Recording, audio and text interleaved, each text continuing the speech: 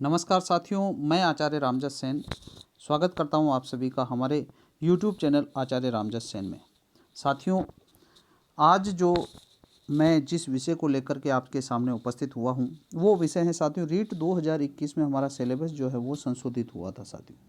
और वो जो संशोधित जो सिलेबस है साथियों, उसी के बारे में मैं आज आपसे चर्चा करने वाला हूं साथियों। और संशोधित सिलेबस में एक जो हमारा टॉपिक है साथियों, वो है संख्या ज्ञान। क्या है साथियों? संख्या ज्ञान। और ये संख्या ज्ञान है, अर्थात संख्या के बारे में अपने को संस्कृत रीट के अंतर्गत प्रश्न पूछा जाएगा साथियों, रीट 2021 के अंतर्गत। तो इस संस्कृत के बारे में आज हम देख लेते हैं साथियों। इसके बारे में देखें उससे पहले मैं आपसे आग्रह करता हूं कि अभी तक अगर आपने हमारे YouTube चैनल आचार्य रामजस सेन को अगर आपने सब्सक्राइब नहीं किया है तो एक बार हमारे इस चैनल को सब्सक्राइब जरूर करें। और साथियों, मुझे विश्वास है कि ये वीडियो आपको पसंद आएगा। अगर ये वीडियो आपको पसंद आता है तो अपने सभी मित्रों को इसको शेयर करें साथियों, और अधिक से अधिक शेयर करें ताकि उनको भी इसका लाभ मिल सके साथियों। तो आइए हम देख लेते हैं हम उस विषय वस्तु को साथियों। तो आइए चलते हैं इसके अंतर्गत साथियों, चलें हम। तो यहाँ है अपना जो अगला है वो है संख्या ज्ञान। टॉपिक का क्या नाम है साथियों? संख्या ज्ञान। अब संख्या ज्ञान में अपने को क्या है, तो देखो ये जो संख्या ज्ञान है, इस संख्या ज्ञान का मतलब है साथियों कि संख्याओं का ज्ञान करना। हमें संस्कृत भाषा में संख्याओं का ज्ञान होना चाहिए साथियों। तो उस संख्या ज्ञान के हिसाब से हम इस टॉपिक को लेकर के उपस्थित हुए हैं साथियों। तो साथियों, संख्या के बारे में वैसे सामान्य हिंदी में तो आपको संख्याओं का परिचय है, आपको जानते हैं आप। लेकिन संस्कृत में कैसे क्या अलग अलग चीज़ें हैं, उनको हम अभी देखने वाले हैं साथियों। आइए बात करते हैं। देखो, संख्याओं की अगर मैं शुरू में गिनती करूं, उसके बाद में कुछ नई चीज़ें बताऊंगा। और उसके अलावा भी आपको बहुत सारी चीज़ें, पूरा वीडियो ज़रूर देखें, बहुत सारी चीज़ें सीखने को मिलेगी। और लास्ट में हम पिछली परीक्षाओं में, अर्थात पिछली परीक्षाओं में, इसका मतलब रीट में तो पहले ये टॉपिक था ही नहीं, लेकिन बहुत सारी संस्कृत की पिछले वाले जो एग्ज़ाम हुए हैं उन, जैसे यूपी टेट हो गया, AWES TGT हो गया, उसके अंतर्गत ये टॉपिक है साथियों। तो उसमें किस प्रकार प्रश्न आए हैं, उन प्रश्नों की भी हम चर्चा करेंगे साथियों। तो आइए बात कर लेते हैं। इसके अंतर्गत जो पहला है साथियों, वो है एक को क्या कहते हैं। तो एक जो है वो साथियों 1 से 4 तक कोई विशेष चीज़ है, उसको देखें साथियों। जो 1 से 4 तक है वो तीनों लिंगों में चल रहे हैं साथियों। वैसे तो जो 1 से 18 है, 1 से लेकर के 18 तक की जो संख्या होती है वो तीनों ही लिंगों में चलती है साथियों। वो पुल्लिंग में भी चलेगी, वो स्त्रीलिंग में भी चलेगी, वो नपुंसक लिंग में भी चलेगी। कहाँ से कहाँ तक? 1 से 18 तक की संख्याएं। लेकिन 1 से 4 तक की अलग है, और फिर 5 से 18 तक की थोड़ी कुछ अलग चीज़ है, वो अभी मैं बता दूंगा आपको साथियों। तो आइए बात कर लेते हैं कि इसमें क्या अलग है। तो यहाँ जो एक है वो एक है तो पुल्लिंग में रहेगा, और एका स्त्रीलिंग में रहेगा, और एकाम नपुंसक लिंग में रहेगा। तो ये एक ये है, इसका रूप यह रहेगा। दो जो है साथियों, इस दो की बात करें तो दो के अंतर्गत देखो, दो, द्वे, द्वे, ये रूप रहने वाले हैं साथियों। तो ये जो है पुल्लिंग का है, ये पुल्लिंग, ये स्त्रीलिंग, और ये नपुंसक लिंग का रूप रहने वाला है साथियों। आइए बात कर लेते हैं 3 की। तो 3 की बात करें साथियों, तो यहाँ 3 जो है, इस 3 की त्रय है पुल्लिंग में, तीसरा है स्त्रीलिंग में, और त्रीणी नपुंसक लिंग में होगा साथियों। आप नोट्स भी लिखते जाइए साथियों, अपनी नोटबुक खोल लीजिए साथियों, और उस नोटबुक में अपने नोट्स लिखिए साथियों। तो अब हम 4 की बात करते हैं। तो 4 के अंतर्गत क्या है? 4 को देखो, पुल्लिंग में तो कहते हैं चत्वार हैं, और स्त्रीलिंग में कहते हैं चतस्र, और नपुंसक लिंग में कहते हैं चतवारी। तो यहाँ ये तीनों ही पुल्लिंग, स्त्रीलिंग और नपुंसक लिंग के रूप हो जाते हैं 1 से 4 के बीच में। यहाँ से प्रश्न किस प्रकार पूछे जाएंगे, इसके बारे में भी हम अंत में चर्चा करेंगे साथियों। तो उससे पहले आप क्या करें, आप अपनी नोटबुक निकाल लें, और नोटबुक के अंतर्गत ये संख्याएं लिखने लग जाए साथियों। और जैसा कि मैंने आपको बताया है कि 1 से लेकर के जो 18 तक की जो संख्याएं होती है, वो सभी संख्याएं साथियों पुल्लिंग में, स्त्रीलिंग और नपुंसक अर्थात तीनों ही लिंगों में चलती है। अब 1 से 4 तक का तो अभी हमने अध्ययन कर लिया है साथियों। अब इससे आगे का भी हम अध्ययन कर लेते हैं। तो साथियों, अब इसका आगे अध्ययन करें हम, तो देख लेते हैं। 5 को हम कहेंगे साथियों पंच। क्या कहेंगे? पंच, लिख लीजिए पंच। 6 को सठ, 7 को सप्त, 8 को, ये हर बार हमें परेशानी देगा साथियों, तो 8 को क्या कहते हैं, अष्ट भी कहते हैं और अष्टौ भी कहते हैं साथियों। उसके बाद 9 को नव और 10 को 10। एकादश को यानी 11 को कहेंगे साथियों एकादश, 12 को द्वादश, 13 को त्रयोदश और 14 को चतुर्दश। फिर इसके बाद अगली गिनती में आते हैं साथियों, अगली में है 15 से, और वो 15 से है, 15 को कहेंगे साथियों पंचदश, 16 को षोडश। देखो सठ दस नहीं होगा, यहाँ क्या होगा, षोडश होगा साथियों। तो यहाँ एक चीज़ अलग, ये एक तो आपने 8 में देखी और एक इसमें आप 16 में देख रहे हो साथियों, इसको क्या कहेंगे, षोडश कहेंगे। उसके बाद क्या है साथियों, 17 को कहेंगे सप्तदश, 18 को कहेंगे अष्टादश। क्या कहेंगे साथियों, अष्टादश। यहाँ अष्टा आएगा क्योंकि मैंने आपको पहले ही बताया कि जो अष्ट शब्द है ये हर बार अपने को कहीं ना कहीं दिक्कत देगा, अर्थात ये जो विशेष चलेगा, 8 जहाँ भी संख्याएं आएगी वो अपने को विशेष चलानी है साथियों। उसके बाद क्या है साथियों, नवदश, यानी 19 को 9 और 10 को क्या कहेंगे, नवदश। और एकोन विंशति, इसके दो नाम हैं। इसके दो नाम क्यों हैं, एकोन, एक धन ऊनम, एक ऊनम का मतलब क्या हो गया साथियों, एक ऊनम का मतलब हो गया एक कम, एक कम, विंशति यानी 20, यानी 20 में एक कम, उसको क्या कहेंगे, एकोन विंशति। ये इसको दो नाम हो गए साथियों 19 के, और 19 के दो नाम कौन कौन से हो गए हैं, एक तो नवदश हो गए हैं और एक एकोन विंशति हो गया साथियों, ये भी लिख लीजिए। अब इसके बारे में आगे जो साथियों मैं आपको बताने वाला हूँ, वो मैं आपको कह रहा था कि जो 1 से लेकर के जो 18 है वो उनकी संख्या तीनों ही लिंगों में चलती है साथियों, लेकिन यहाँ जो है 1 से 4 तक की जो संख्या है वो चेंज होती है, और बाकी जो 5 से लेकर के जो 18 तक की जो संख्या है वो तीनों लिंगों में चलती है, लेकिन वो एक जैसी चलती है साथियों, एक जैसी।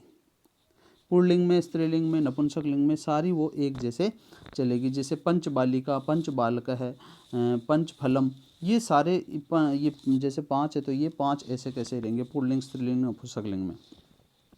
इसके बाद आगे की चर्चा करते हैं साथियों। तो आगे की चर्चा में देख लीजिए, तो हमारा 20 तक का हो गया था, 20 से आगे चलते हैं साथियों। तो ये 20 से आगे की आप और देख लीजिए, 20 को कहेंगे साथियों विंशति। क्या कहेंगे, विंशति। 21 को लिख लीजिए साथियों एक विंशति। 22 को लिखिए द्वाविंशति।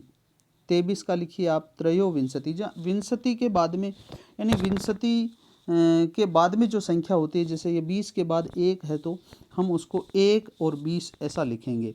हिंदी में जैसे 22 को हम 2 और 20 कहेंगे तो उसको संस्कृत में 2 और 20 कह करके द्वा और विंशति ऐसा लिखेंगे। 23 को यानी 3 ज़्यादा 20 है तो त्रयोविंशति हो जाएगा, और 24 को हो जाएगा साथियों चतुर्विंशति। 25 को लिखिए साथियों पंचविंशति, और 26 को षड और विंशति।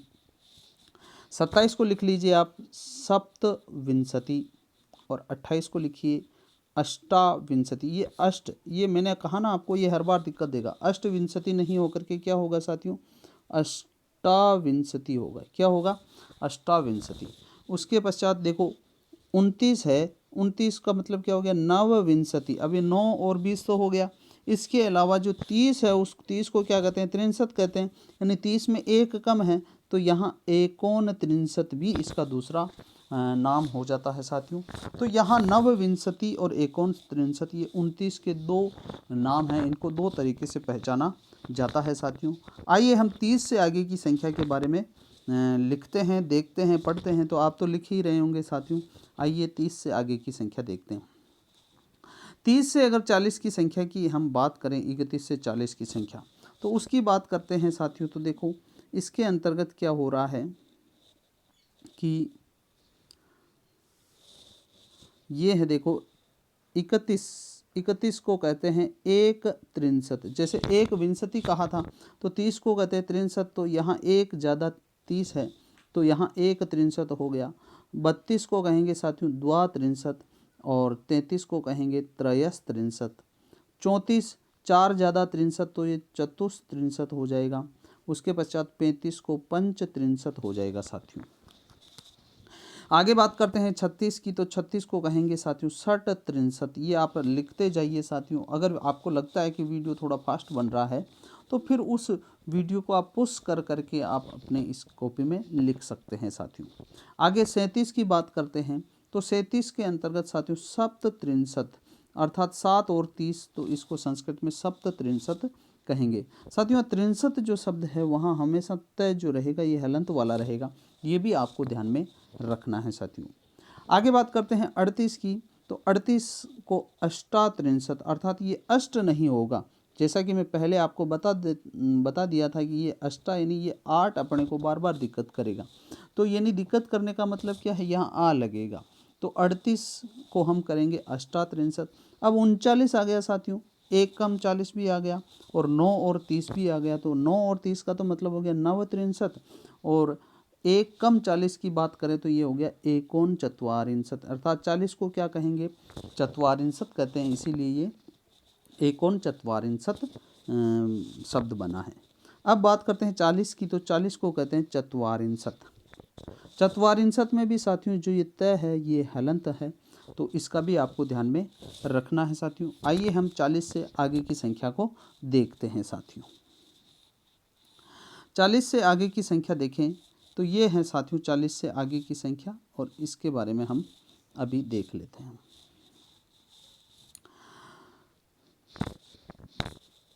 40 को तो आपको पता ही है चत्वारिंशत कहते हैं, तो 41, 1 और 40 इसको क्या कहेंगे, एक चत्वारिंशत। फिर 42 इसको कहेंगे साथियों द्वि, या तो द्वि या द्वा। ये विशेष नोट कर लीजिए साथियों इसको, और नोट कर लीजिए कि द्वि चत्वारिंशत भी कह सकते हैं इसको, और द्वा चत्वारिंशत भी कह सकते हैं। इसको आप अपनी नोटबुक में अलग अलग लिख लीजिए, द्वि चत्वारिंशत को अलग लिख लीजिए और द्वा चत्वारिंशत को अलग लिख लीजिए साथियों। आइए हम अगली संख्या की बात करते हैं 43। 43 को भी दो संख्याओं यानी दो शब्दों से पहचाना जाता है। एक तो त्रि, एक तो किस में पहचानेंगे हम इसको, एक तो त्रि और एक त्रयः। तो त्रिचत्वारिंशत अथवा त्रयश्चत्वारिंशत, ये दोनों शब्द लिख लीजिए साथियों, ये भी आपके काम आने वाले हैं। फिर आगे हम 44 की बात करते हैं साथियों। तो 44 में क्या है कि ये 44 है तो चतुश्चत्वारिंशत, ये हैं 4 और चत्वारिंशत यानी 40, तो ये हो गया चतुश्चत्वारिंशत, 44 को हम कहेंगे। 45 की बात करते हैं साथियों, तो 45 के अंतर्गत पंचचत्वारिंशत यानी 5 और 40, ये 45 हो गए। आप लिखते रहिए साथियों। अब 46 की बात करते हैं, षट चत्वारिंशत, क्या है,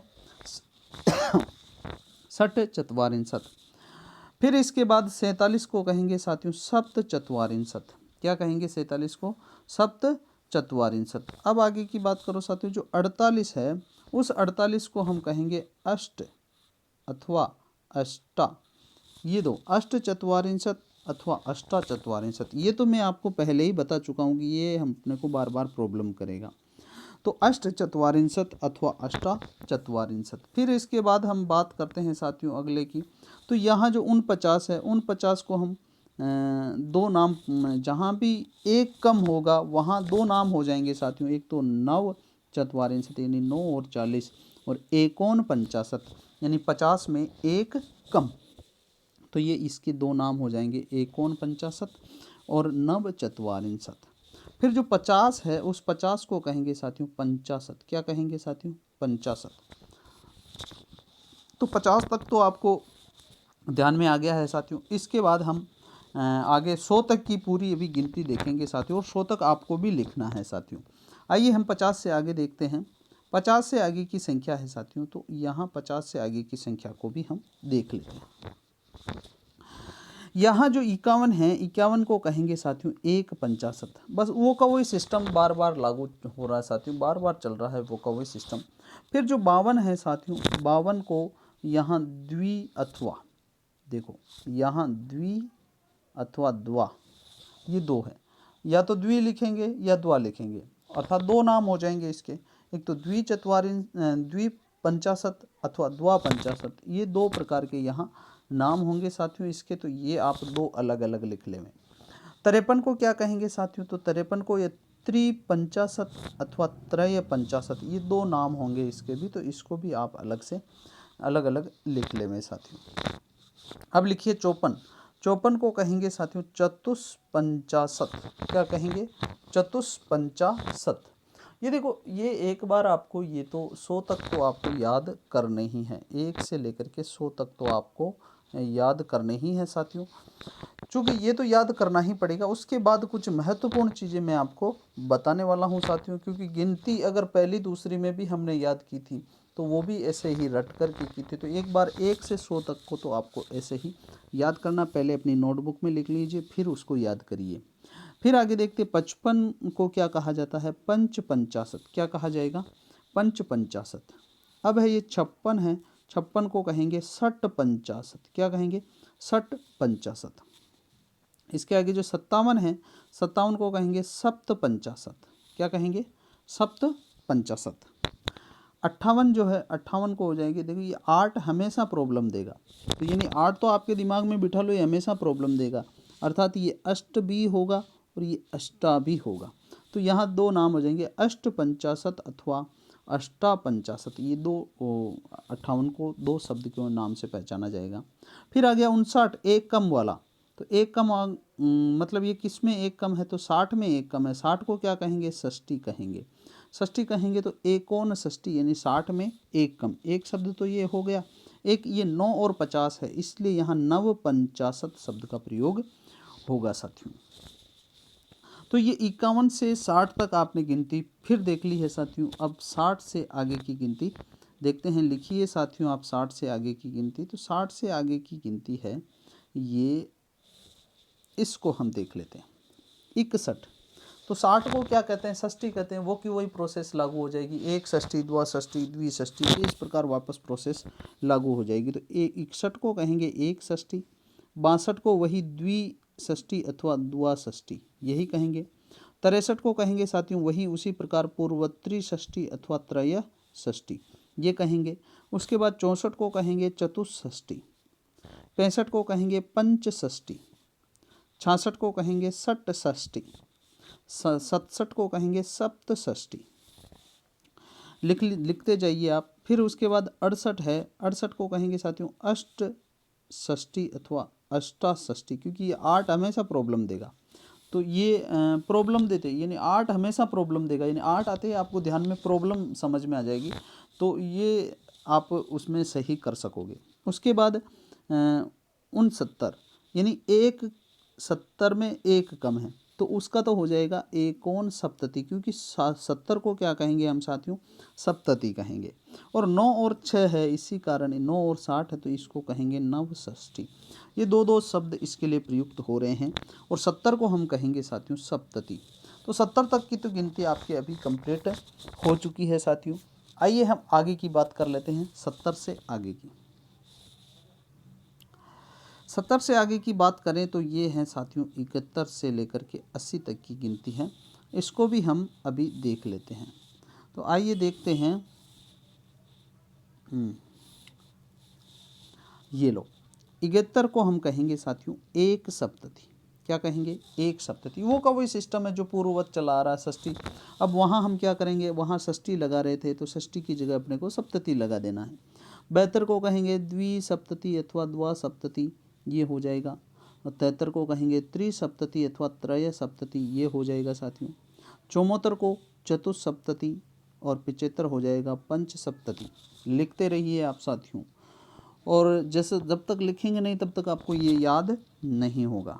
फिर 76 को कहेंगे साथियों षट सप्तति, क्या कहेंगे, षट सप्तति। फिर 77 को क्या कहेंगे साथियों, सप्त सप्तति।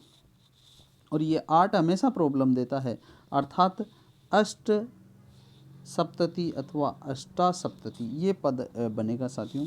और 69 यानी एक कम वाला आ गया, तो इसे पहले 80 को देख लो, तो 80 को क्या कहेंगे, अशीति, क्या कहेंगे, अशीति कहेंगे। तो एकोन अशीति, ये दीर्घ संधि होकर के एकोनाशीति पद बन गया, अर्थात 80 में एक कम। अब उन 70 के लिए जो एक शब्द आया है वो है 9 और 70, अर्थात नव सप्तति। क्या शब्द आया है, नव सप्तति, ये शब्द आए हैं साथियों।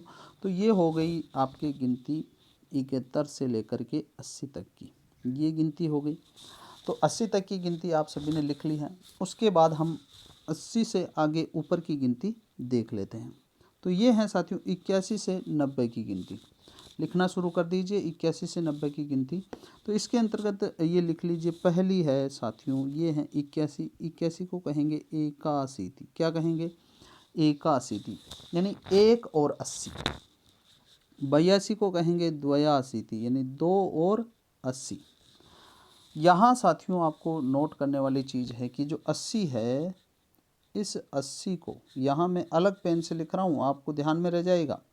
और यहाँ जो 80 है, इस 80 के पश्चात जो ये 2 है, 2 और 3 में कुछ प्रॉब्लमें आ रही थी, यानी द्वि और त्रि और द्वा और त्रय, ये अलग अलग आ रहे थे। यहाँ आए, ये देखो ये अब आने बंद हो गए हैं यहाँ से। तो यहाँ आने बंद हो गए हैं। तो यहाँ देखो, अब 83 को क्या कहेंगे? त्रयाशीति। क्या कहेंगे? त्रयाशीति। और फिर 84 है, 84 को क्या कहेंगे? चतुरशीति, ये चतुरशीति। अब 85 है, 85 को क्या कहेंगे? पंच और 80, तो पंचाशीति, ये पंचाशीति। फिर इसके बाद देखो 86 है, 86 को क्या कहेंगे साथियों? षड-अशीति, ये षड और अशीति।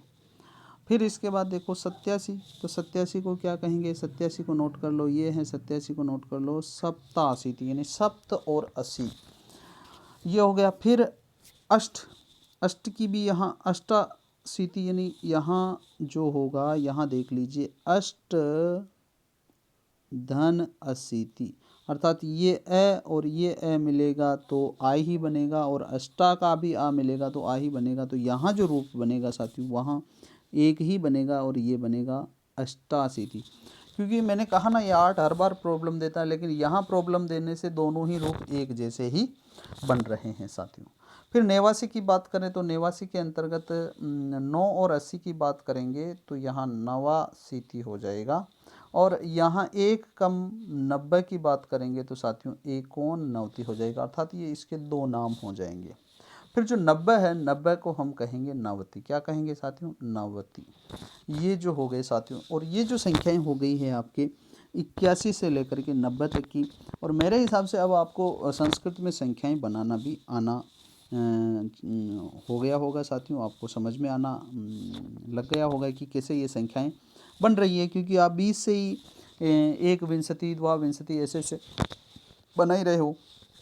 अब हम 91 से 100 तक की गिनती देख लेते हैं। 91 से 100 तक की गिनती देख लेते हैं। तो यहाँ देखिए 91 से 100 तक की गिनती,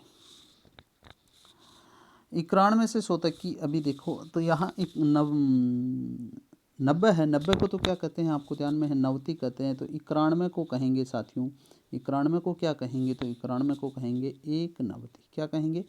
एक नवति, अर्थात 1 और 90। फिर 92 को क्या कहेंगे साथियों? तो 92 को कहेंगे द्वि अथवा द्वा नवति। तो ये चीज़ आपको ध्यान में रखनी होगी, ये द्वि और द्वा ये बार बार आ रहा है, लेकिन वो 80 वाली जो लाइन है, 80 वाली लाइन में ये चीज़ नहीं आ रही है साथियों। तो यहाँ आ रही है। तो फिर अगले देखो त्रि वाली भी यहाँ समस्या आएगी। तो त्रि वाली में देखो त्रि अथवा त्रयो नवति, ये 2 त्रिनवति अथवा त्रयो नवति, ये 2 शब्द बनेंगे 93 के लिए। 94 के लिए बनेंगे साथियों ये चतुर्नवति। क्या बनेगा? चतुर्नवति। 95 की बात कर लेते हैं। तो 95 को कहेंगे साथियों पंचनवति। 96 षण्णवति। षण्णवति कैसे बना? सट धन नवति, और फिर वस्तुत्व संधि का नियम लागू हुआ। अनाम नवति नगरीणाम इति वाच्यम, जो संधि अगर आपने पढ़ी है तो वो सूत्र यहाँ लागू हो रहा है और पद बन रहा है षण्णवति, अर्थात षट्नवति। फिर आगे देखो 97 की बात करें तो सप्तनवति, और ये 8 हर बार प्रॉब्लम देगा तो अष्टनवति अथवा अष्टानवति, अष्टनवति अथवा अष्टानवति। फिर ये 99 यानी जो एक कम है वो भी हर बार प्रॉब्लम कर रहा है। तो एक तो 99 को कहेंगे नवनवति, और एक कहेंगे एकोन शतम, यानी 100 में एक कम। और फिर जो 100 है उस 100 को कहेंगे साथियों शतम। क्या कहेंगे? शतम। तो ये संख्याएं हो गई है साथियों आपके 91 से लेकर के 100 तक की। अब कुछ महत्वपूर्ण चीज़ें हम देखने वाले हैं, क्योंकि 100 तक की गिनती तो आपको हर जगह पे कहीं ना कहीं मिल ही जाएगी। कुछ महत्वपूर्ण चीज़ों की भी हम चर्चा करेंगे साथियों। तो आइए बात कर लेते हैं आगे की। आगे की बात करें यहाँ, तो यहाँ देखो हज़ार को क्या कहते हैं, कुछ संख्याएं हैं उनके बारे में हम चर्चा करेंगे यहाँ। तो यहाँ देखिए, ये जो हज़ार है, हज़ार को जैसे 100 को क्या कहते हैं, तो 100 को तो शतम कहते हैं, ये मैंने आपको वहाँ बता दिया। अब जो हज़ार है, इन हज़ार को क्या कहने वाले हैं हम इसके बारे में देख लेते हैं। तो हज़ार को कहेंगे साथियों, जो हज़ार है उसको हम संस्कृत में कहते हैं सहस्रम। क्या कहते हैं? सहस्रम। सहस्रम, ये याद रखना साथियों, ये परीक्षा में महत्वपूर्ण चीज़ें हैं, ये बड़ी संख्याएं भी। तो बात कर लेते हैं 10,000 को हम क्या कहेंगे। तो 10,000 को हम कहेंगे साथियों अयुतम। क्या कहेंगे? अयुतम। ये दोनों ही चीज़ें आपको ध्यान में रखना जरूरी है। ये दोनों ही चीज़ें इसलिए ध्यान में रखना जरूरी है क्योंकि हज़ार को तो सहस्रम अपने को पता है, लेकिन हम 10 सहस्रम ऐसा नहीं कह के हमें क्या कहना, अयुतम कहना है, क्योंकि अयुतम का मतलब 10,000 होता है। ये कई परीक्षाओं में आया हुआ प्रश्न है। 1,00,000 को हम क्या कहेंगे, तो 1,00,000 को हम कहेंगे लक्षम। क्या कहेंगे? लक्षम। और 10,00,000 को हम क्या कहेंगे, तो 10 लक्षम नहीं कह के हम क्या कहेंगे, नियुत्तम अथवा प्रयुत्तम। ध्यान में रख लो साथियों, नोट कर लो, दिमाग में छाप लो इस गोले को, और छाप लो। किन दोनों को छाप लो? एक तो अयुत्तम को छाप लो और एक नियुत्तम और प्रयुत्तम को छाप लो। नियुत्तम प्रयुत्तम का मतलब तो 10,00,000 और अयुत्तम का मतलब हो गया 10,000। उसके बाद 1 करोड़ की बात करें तो 1 करोड़ में देखो उसको संस्कृत में हम कहेंगे कोटि। क्या कहेंगे? कोटि। 10 करोड़ को कहेंगे 10 कोटि। अब 10-10 चालू हो जाएगा। 1 अरब को कहेंगे अर्बुदम और 10 अरब को कहेंगे 10 अर्बुदम अर्थात दशार्बुदम। ये कहेंगे। 1 खरब को कहेंगे खरवम और 10 खरब को कहेंगे 10 खरवम। क्या कहेंगे साथियों? 10 खरवम। उसके बाद की जो संख्या आती है नील, तो उसको हम नीलम कहेंगे। 10 नील को कहेंगे 10 नीलम। क्या कहेंगे? 10 नीलम। 1 पदम को कहेंगे पद्मम और 10 पदम को कहेंगे 10 पद्मम। 1 शंख को कहेंगे शंखम तथा 10 शंख को कहेंगे 10 शंखम। और 1 महाशंख होता है उसको हम महाशंखम कहेंगे। इसमें तो कोई ज़्यादा चेंज नहीं है। यहाँ जो ज़्यादा महत्वपूर्ण जो चेंज है वो है इसमें अयुत्तम और नियुत्तम। ये इन चीज़ों को आप याद रखना। अयुत्तम कई बार परीक्षा में प्रश्न आ चुका है साथियों, और ये परीक्षा में जो आया है वो यूपी टेट के अंतर्गत, यूपी टेट में नहीं, AWESTGT 2012 के अंतर्गत ये कुछ प्रश्न आए हुए हैं। तो इनको आपको पता और ध्यान में रखना है साथियों। आइए हम आगे की ओर चलते हैं, और हमारी जो आगे की कक्षा है वो है अर्थात 100 से आगे की संख्याएं, अर्थात 101 आदि संख्याओं के लिए क्या करना है, तो उसके बारे में भी हम बात करते हैं। तो यहाँ उससे पहले हम यहाँ पहले हमारी कुछ चीज़ें रह गई हैं तो उसको हम देख लेते हैं। तो देखो यहाँ जो है, यहाँ 100 से ऊपर की जो गिनती है उसके बारे में अभी हम बात कर लेते हैं। अभी तो हमने बड़ी बड़ी संख्याएं देखी है, और अभी जो हमने देखा है वो 1 से लेकर के 100 तक की गिनती हमने देखी है। 1 से लेकर के 100 तक की हमने देख ली। उसके बाद 100 के बाद में जो बड़ी बड़ी संख्याएं हैं उसको हमने देख ली है। लेकिन अब हम देखने वाले हैं 100 से लेकर के जो 1000 है, उन 1000 को क्या कहा जाता है, तो वो संख्याएं भी अपने को देखनी ज़रूरी है। तो इसीलिए इन संख्याओं को हम देख लेते हैं। तो यहाँ जो 100 को तो क्या कहते हैं, शतम कहते हैं, ये आप सभी को ध्यान में है साथियों। और 100 को शतम हम कहेंगे, ये आपने फिट कर लिया दिमाग में। लेकिन अब 200 300 इन सबको क्या कहेंगे, तो इन सबको कहने के लिए देखो यहाँ जो है ये 200 को कहेंगे या तो हम द्वि लगा के क्या लगा देंगे, सती लगा देंगे। यहाँ या तो हम द्वि या त्रि या चतुर, जो भी मूल शब्द है संख्या का, वो शब्द लगा के बाद में क्या लगा देंगे, सती लगा देंगे। एक तो इस प्रकार हमें रूप बनाना होता है। दूसरा जो तरीका होता है रूप बनाने का साथियों, वो होता है दूसरा तरीका होता है, पहले हम लिखेंगे सत। क्या लिखेंगे? सत। ये पहले हमने सत लिख दिया, उसके बाद हम सत लिखने के बाद हम वो कौन सा सत है, अर्थात शतक है वो कौन सा, 200 है तो हम लिखेंगे द्वयम। क्या लिख देंगे? द्वयम। अगर 200 नहीं है, 300 है तो हम वहाँ लिख देंगे त्रयम, अर्थात 300। और अगर 400 है तो हम वहाँ लिख देंगे चतुरम, सत चतुरम, अर्थात 100 कितने 100 है तो 400 है। तो इस प्रकार हम यहाँ संस्कृत में लिखेंगे साथी। तो आइए बात कर लेते हैं इनमें हम क्या लिखते हैं, क्या होती है संख्या में। तो देखो 200 को जो हम कहेंगे वो कहेंगे द्विशती अथवा शतद्वयम। क्या कहेंगे? द्विशती अथवा शतद्वयम। तुरंत लिख लीजिए और तुरंत अपने मस्तिष्क में भी इस चीज़ को छाप लीजिए। 300 को हम कहेंगे साथियों त्रिशती अथवा शतत्रयम। क्या कहेंगे? त्रिशती अथवा शतत्रयम। उसके बाद की बात करते हैं 400, तो 400 को हम कहेंगे चतुष्शती अथवा शतचतुरम, ये कहेंगे। उसके बाद जो 500 है, 500 को हम संस्कृत में क्या कहेंगे? तो पंचशती अथवा शतपंचम, ऐसा हम कहेंगे। उसके बाद जो 600 है, 600 को हम कहेंगे षटशती अथवा शतषडम। ये मैंने आपको पहले ही बता दिया है कि ये दो शब्द किस प्रकार बन रहे हैं, ये किस प्रकार बन रहे हैं और ये किस प्रकार बन रहे हैं, ये मैंने आपको पहले ही बता दिया है। फिर आगे की बात करते हैं। तो आगे देखो 1000 तक हमें देखने वाले हैं। तो 1000 तक देखें तो यहाँ 600 तक हम देख चुके हैं। फिर उसके बाद देखो 700 की बात करते हैं। 700 को कहेंगे हम सप्तशती अथवा शतसप्तम, ये हो जाएगा। उसके बाद 800 को क्या कहेंगे? अष्टशती अथवा शताष्टम, ये दो नाम है और सभी के दो दो इस प्रकार आ रहे हैं। फिर 900 को हम क्या कहेंगे? तो 900 को हम कहेंगे नवशती अथवा शतनवम, ये इस प्रकार हम इनको कहेंगे। उसके पश्चात जो 1000 है, 1000 को हम कहते हैं सहस्रम, ये कहेंगे साथियों। और तुरंत आप इन चीज़ों को लिख लीजिए, उसके बाद हम अगली बात करते हैं। आइए आगे चलते हैं हम, और आगे जो हमारा है ये संख्या है, और संख्या ज्ञान में हम क्या क्या चीज़ें समझ चुके हैं साथियों। तो यहाँ एक बार चर्चा करते हैं कि हम इन चीज़ों को तो समझ चुके हैं। तो यहाँ देखो जो मैंने आपको बताया है वो कुछ चीज़ें बताई है। एक तो 1 से लेकर के 100 तक की गिनती मैंने अभी बता दी है। फिर 100 से लेकर के 1000 तक की गिनती भी मैंने आपको बता दी है। और 1000 तक की देखने के पश्चात मैंने आपको अब मैं वो बड़ी बड़ी संख्याएं हैं 10,000, 1 लाख, करोड़, इस प्रकार की संख्याएं भी मैं आपको बता चुका हूँ।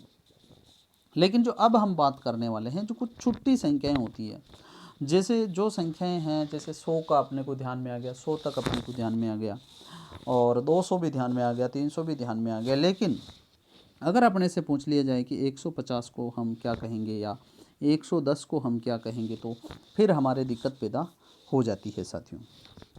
तो आइए इन चीज़ों के बारे में हम अध्ययन कर लेते हैं। तो देखो यहाँ जैसे अगर 100 से ऊपर की जो छोटी छोटी गिनतियाँ होती है उसको हम क्या कहेंगे, तो इसके बारे में देख लो।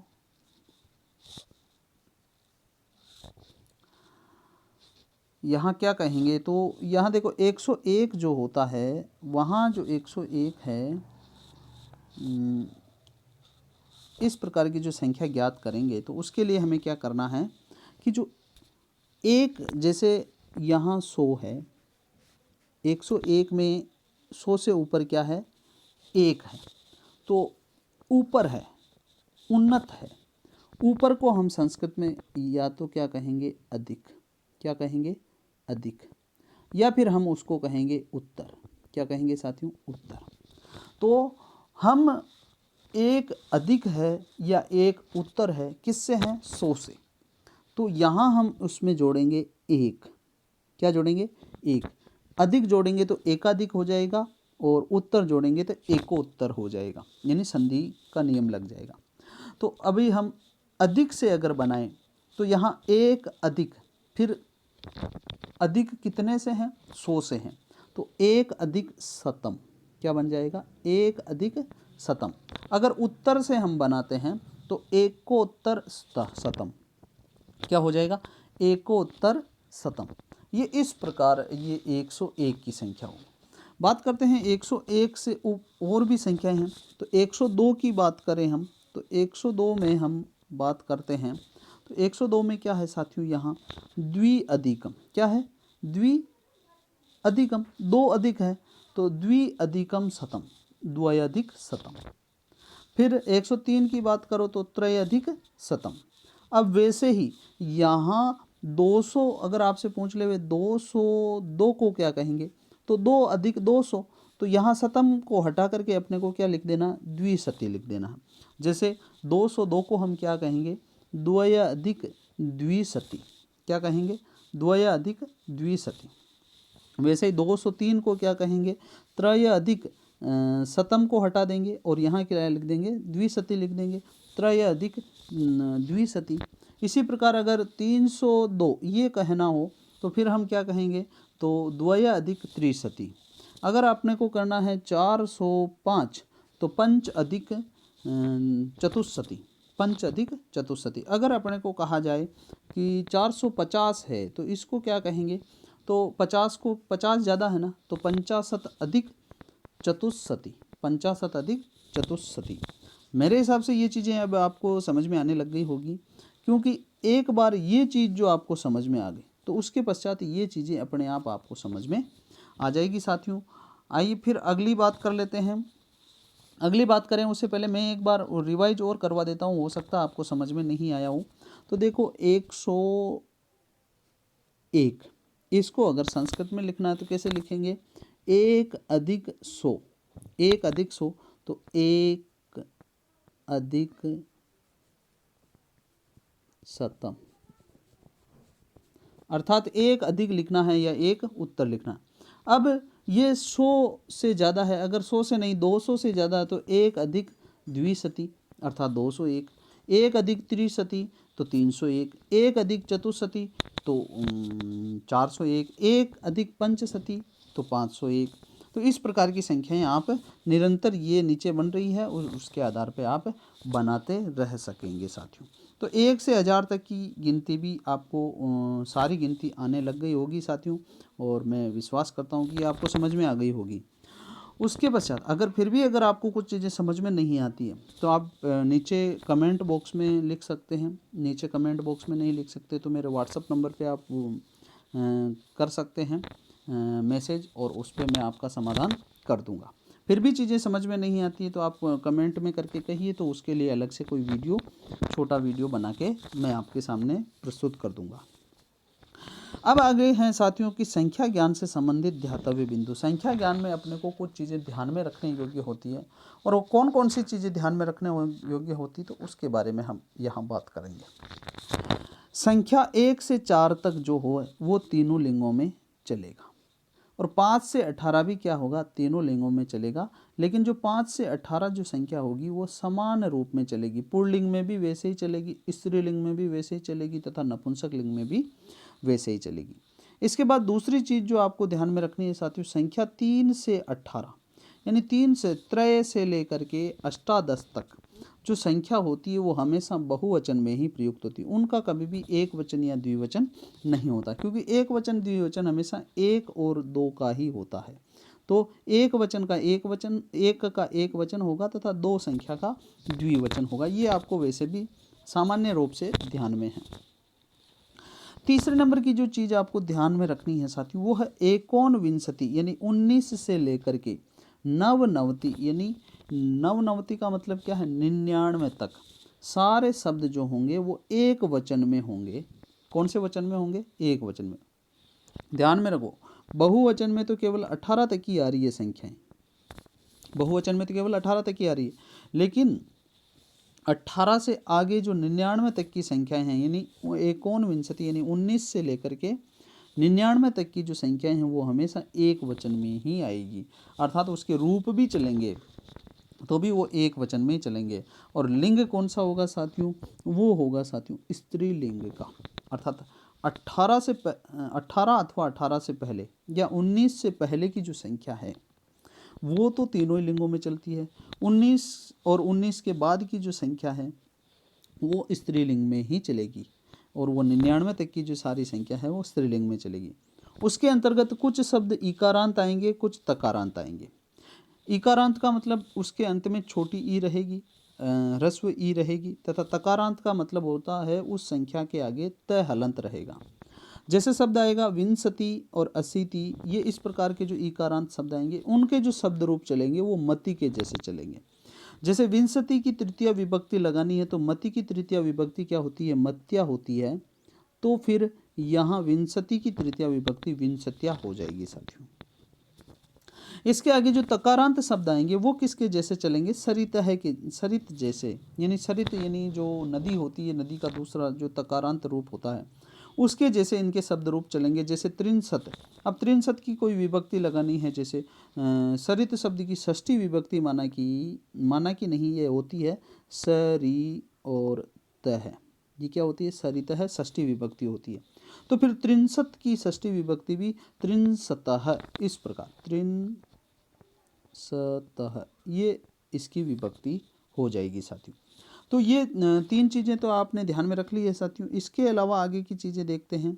आगे क्या है कि जो चौथी चीज़ आपको ध्यान में रखनी है वो है शतम, सहस्रम, अयुतम, लक्षम, नियुतम, प्रयुतम। ये जो शब्द है ये हमेशा नपुंसक लिंग एक वचन के होते हैं। ये जो शब्द होते हैं, एक तो शतम, सहस्रम, अयुतम, लक्षम, नियुतम और प्रयुतम, ये हमेशा क्या होते हैं, नपुंसक लिंग एक वचन के होते हैं। और इनके रूप जो चलते हैं फलम फलम के जैसे चलेंगे, फलम फले फलानी, सतम सते सतानी, तो ये सतानी जो रूप इनके जैसे चलेंगे। एक जो पांचवी चीज़ आपको ध्यान में रखनी है, संख्या में जो कोटि शब्द आएगा यानी करोड़ के लिए, वो कोटि शब्द स्त्रीलिंग का रहेगा। किसका रहेगा, स्त्रीलिंग का। और स्त्रीलिंग का रहने के कारण से वो मति के जैसे उसके रूप चलेंगे। जैसे मति शब्द की षष्ठी विभक्ति मते हैं, तो यहाँ कोटि शब्द की षष्ठी विभक्ति कोटे हो जाएगी। तो ये इस प्रकार अपने को ध्यान में रखना है साथियों, ये 4-5 चीज़ें। फिर आगे की बात करते हैं साथियों। तो आगे कुछ अपने को संख्या ज्ञान में एक नई चीज़ देखने को मिलेगी अभी, और ये नई चीज़ है संख्येय शब्द।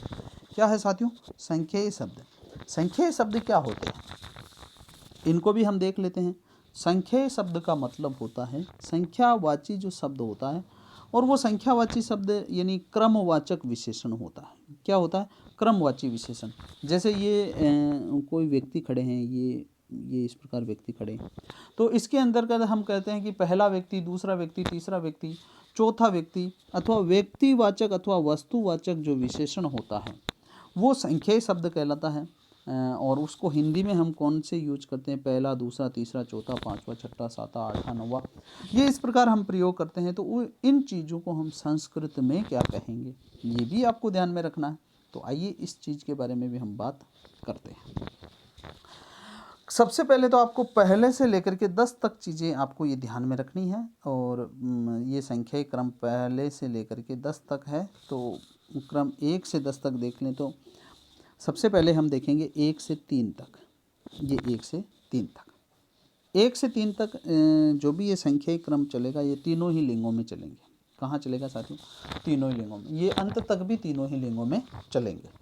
लेकिन यहाँ 1 से 3 अलग बनेगा और 4 से ऊपर थोड़ी चीज़ें अलग बन रही है साथियों। तो यहाँ देखो ये जो पुल्लिंग है इसमें कोई चेंज नहीं होगा, इस नपुंसक लिंग में कोई चेंज नहीं होगा। चेंज होगा तो यहाँ सिर्फ और सिर्फ किस में होगा, ये इसमें स्त्रीलिंग में चेंज होगा। तो यहाँ देख लीजिए पुल्लिंग है, ये पुल्लिंग में कोई चेंज नहीं है, नपुंसक लिंग में कोई चेंज नहीं है। चेंज कहाँ होगा साथियों, तो यहाँ स्त्रीलिंग में होने वाला है। तो यहाँ देख लीजिए पहले को कहेंगे हम प्रथम है, द्वितीय है, तृतीय है, चतुर्थ है, पंचम है, षष्ठ है, सप्तम है, अष्टम है, नवम है, दसम है। तो ये तो हो जाएगा साथियों पुल्लिंग के शब्द। और 1 से 3 तक जो होगा वो टाप प्रत्यय जुड़ेगा। टाप में आ शेष रहता है, और आ शेष रहने के कारण से प्रथम, द्वितीय, तृतीय, इसका जो स्त्रीलिंग का रूप होगा वो टाप प्रत्यय से युक्त होगा। और वहाँ प्रथमा, द्वितीय और तृतीय इस प्रकार के रूप बनेंगे। और जो नपुंसक लिंग के रूप है वो प्रथमम, द्वितीयम, तृतीयम, अर्थात अंत में मैं लगता है नपुंसक लिंग के में, तो वो आपको ध्यान में ही है। आगे जो 4 से आगे की जो संख्या रहेगी, संख्या या संख्यावाची जो पद रहेंगे, क्रमवाचक जो पद रहेंगे, व्यक्ति या वस्तुवाचक जो पद रहेंगे, वो इसमें हिंगी प्रत्यय जुड़ेगा। क्या जुड़ेगा साथियों? हिंगी प्रत्यय जुड़ेगा। और हिंगी प्रत्यय जुड़ने के कारण से यहाँ जो स्त्रीलिंग का जो रूप रहेगा वो आ नहीं रह के दीर्घ ई रहेगा। जैसे चतुर्थः, चतुर्थी, चतुर्थम। नपुंसक लिंग में कोई परिवर्तन नहीं है, पुल्लिंग में कोई परिवर्तन नहीं है, परिवर्तन है यहाँ स्त्रीलिंग में, अर्थात यहाँ चतुर्थी। वैसे पंचमः का पंचमी, षष्ठः का षष्ठी, सप्तमः का सप्तमी, अष्टमः का अष्टमी, नवमः का नवमी, इस प्रकार स्त्रीलिंग के रूप बनेंगे। तो आइए आगे चलते हैं। आगे 1 से 10 तक हम देख चुके हैं, अब 11 से 18 अपने को देखना है। 1 से 10 किस प्रकार बन रहा है ये मैंने आपको बता दिया है। अब 11 से 18 का जो बनेगा वो है, यहाँ अंत में क्या करना है अपने को, ए और विसर्ग, ये इस प्रकार लगाना है, ये रूप बन जाएंगे। और आगे जितने भी 4 से जो संख्या है वो इंगित प्रत्यय का प्रयोग, अर्थात दीर्घ ई आएगा स्त्रीलिंग में, ये आपको पक्का ध्यान में रखना है। जैसे 11 को हम क्या कहेंगे, एकादश है, तो स्त्रीलिंग में एकादशी और नपुंसक लिंग में एकादशम। ये अब सभी को इस तरीके से ही आपको देखना है। फिर 12 को द्वादश है, 13वां त्रयोदश है, 14वां चतुर्दश है, 15वां पंचदश है, 16वां षोडश है, 17वां सप्तदश है, 18वां अष्टादश है। इसी प्रकार इनका दीर्घ ई लगा करके अपने को क्या करना है, स्त्रीलिंग का रूप बना देना है, और अम जोड़ करके अपने को इसका नपुंसक लिंग का रूप बना देना है। ये हो गए 18 तक के व्यक्तिवाचक विशेषण या फिर क्रमवाचक विशेषण, ये हो गए। फिर उसके बाद देखो 19 से आगे की जो संख्या है उसको भी आपको समझना पड़ेगा। तो 19 से आगे की जितनी भी संख्याएं हैं, यानी 18 तक तो मैंने आपको बता दिए, 18 से आगे की जितनी भी संख्या है उसके आगे आपको अगर इस प्रकार के शब्द बनाने हैं तो वहाँ आपको क्या जोड़ना है, तम है। क्या जोड़ना है, तम है। जैसे एकोनविंशति, यानी 19वें के लिए हम शब्द का प्रयोग करेंगे एकोनविंशति, और ये क्या जोड़ देंगे, तम है। तो ये पद बन गया 19वां, और उसके लिए संस्कृत में पद बन गया एकोनविंशति तम है। और 20वां को संस्कृत में क्या कहेंगे, विंशति तम है। और 21 को क्या कहेंगे, एक विंशति तम है। और 50वें को क्या कहेंगे, 50 तम है। तो ये इस प्रकार यहाँ रूप बन जाएंगे। और ये संख्येय पद, इनको जो संस्कृत में कहा जाता है साथियों, वो कहा जाता है संख्येय पद। क्या कहेंगे, संख्येय पद ये। और ये आपको अच्छे तरीके से ध्यान में रखना है। अब जो हम आगे देखने वाले हैं कि पिछली परीक्षाओं में जो प्रश्न आए हैं वो किस प्रकार यहाँ से प्रश्न आए हुए हैं। रीट में तो हालांकि ये चीज़ है ही नहीं, तो कुछ परीक्षाओं में प्रश्न आए हुए हैं, तो वो मैं आपके सामने डेमो के तौर पे बता देता हूँ ताकि आपको अंदाज़ा लग जाएगा। और आगे मैं इसका टेस्ट पेपर भी बनाने वाला हूँ, तो जल्द ही आपके सामने टेस्ट पेपर भी प्रस्तुत होगा। आइए देख लेते हैं यहाँ। तो यहाँ जो है, यहाँ 2-3 प्रश्न मैंने यहाँ रखे हैं आपके सामने, और 2-3 प्रश्नों के बारे में हम चर्चा करेंगे। और ये जो पहला चर्चा है ये होगी, प्रश्न 1 है, एकोनविंशति पदस्य अर्थः अस्ति। ये पहले प्रकार का आपके प्रश्न बनेगा। और पहले प्रकार का ये जो प्रश्न आया हुआ यूपी टेट 2014 के अंतर्गत आया हुआ है। और इसके अंतर्गत ये पूछ रहा है कि एकोनविंशति पद का अर्थ क्या है। तो यहाँ सीधा सीधा आपको पता चल जाएगा भी एकोनविंशति किसे कहते हैं, 19 को कहते हैं। तो इसका उत्तर 19 हो जाएगा। प्रश्न 2 क्या कह रहा है, तो प्रश्न 2 कह रहा है कि संस्कृत भाषायाम 27 संख्या वर्तते। संस्कृत भाषा में 27 संख्या है। ये EAWES TGT का एग्जाम हुआ था 2012 में, उसके अंतर्गत ये प्रश्न आया हुआ है। अर्थात सैनिक कल्याण बोर्ड कुछ ऐसा एक विभाग है, उसके अंतर्गत ये परीक्षा होती है साथियों। तो संस्कृत भाषायाम 27 संख्या वर्तते, अर्थात 27 को क्या कहते हैं। तो यहाँ देखो सप्तविंशति कहते हैं, या फिर सप्तविंश कहते हैं, सप्तविंशति तमम कहते हैं, या सप्तविंशति तमी कहते हैं। तो क्या कहेंगे साथियों, तो वैसे मैं आपको बता चुका हूँ, तो यहाँ इसका उत्तर हो जाएगा सप्तविंशति। उसके बाद में जो अगला प्रश्न आया है वो अगला है आपके लिए, वो है गुरुकुले छात्राः खालिस्तान वेदान पठन्ति। वो प्रश्न इतने कठिन नहीं थे ऊपर वाले दो, लेकिन अगर इस प्रकार का प्रश्न आ जाएगा तो आपको सोचने को लिए मजबूर होना पड़ेगा। और ये भी प्रश्न 2013 के अंतर्गत AWESTGT के अंतर्गत आया हुआ है साथियों। तो गुरुकुले छात्रा वेदान पठंती, यहाँ खालिस्तान की अपने को क्या करनी है, पूर्ति करनी है।